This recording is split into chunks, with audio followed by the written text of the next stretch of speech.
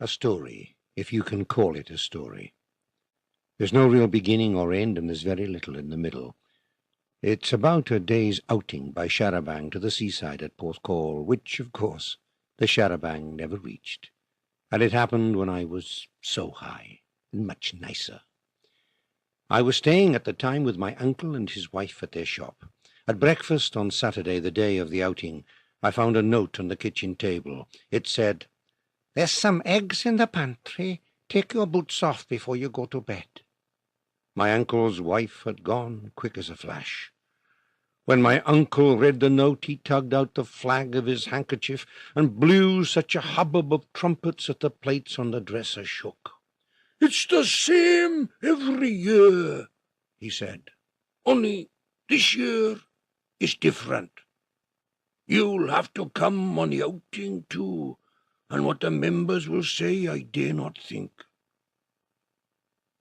The char-a-banc drew up outside, and when the members of the outing saw my uncle and me squeeze out of the shop together, both of us cat-licked and brushed in our Sunday best, they snarled like a zoo. "Are you bringing a boy?"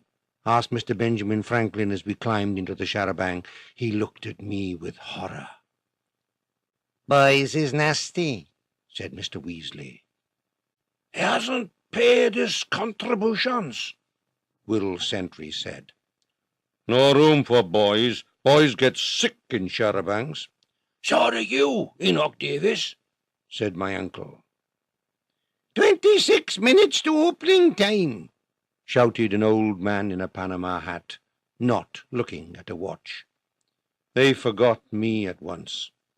"Good old Mr. Cadwallader," they cried, and the char-a-banc started off down the village street. A few cold women stood in their doorways, grimly watching us go. A very small boy waved goodbye, and his mother boxed his ears. It was a beautiful August morning, and over the bridge and up the hill and under the deep green wood and along the dusty road we wove, slow cows and ducks flying by, until— "Stop the bus!" cried Mr. Weasley. "I left my teeth on the mantelpiece." "Never you mind," they said. "You're not going to bite nobody." And they gave him a bottle with a straw. "I might want to smile," he said. "No," they replied, "not you." The char-a-banc pulled up outside the Mountain Sheep, a small, unhappy public house with a thatched roof like a wig with ringworm. From a flagpole by the gents fluttered the flag of Siam. The landlord stood at the door to welcome us, simpering like a wolf. He was a long, lean, black-fanged man with a greased love-curl and pouncing eyes. "What a beautiful August day," he said, and touched his love-curl with a claw.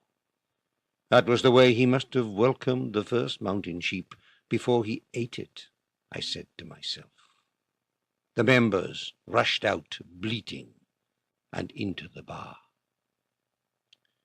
45 minutes passed like a very slow cloud. The sun shone down on the lonely road, the lost, unwanted boy, and the lake-eyed cows. In the dark bar they were so happy they were breaking glasses. A Shunianian Breton man, with a beret and a necklace of onions, bicycled down the road and stopped at the door. "Quel un grand matin, monsieur," I said. "Des French, boy bar," he replied. Then out blew my uncle ballooning, and one by one the members lumbered after him in a grizzle. They had drunk the Mountain Sheep dry. And when I looked through the back window of the thundering char-a-banc, I saw the pub grow smaller in the distance, and the flag of Siam on the flagpole near the gents fluttered now at half-mast. The blue bull, the dragon, the Star of Wales, the tuft in the wall, the sour grapes, the shepherd's arms, the bells of Abu Dhabi. I had nothing to do in the whole wild August world but remember the names where the outing stopped, and keep an eye on the char-a-banc. Closing time meant nothing to the members of that outing.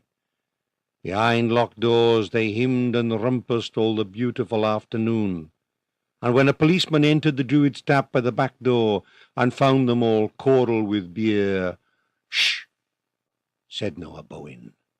"The pub is shut." "Where do you come from?" he said in his buttoned blue voice. They told him. "I got an auntie there," the policeman said, and very soon he was singing, "Asleep in the Deep."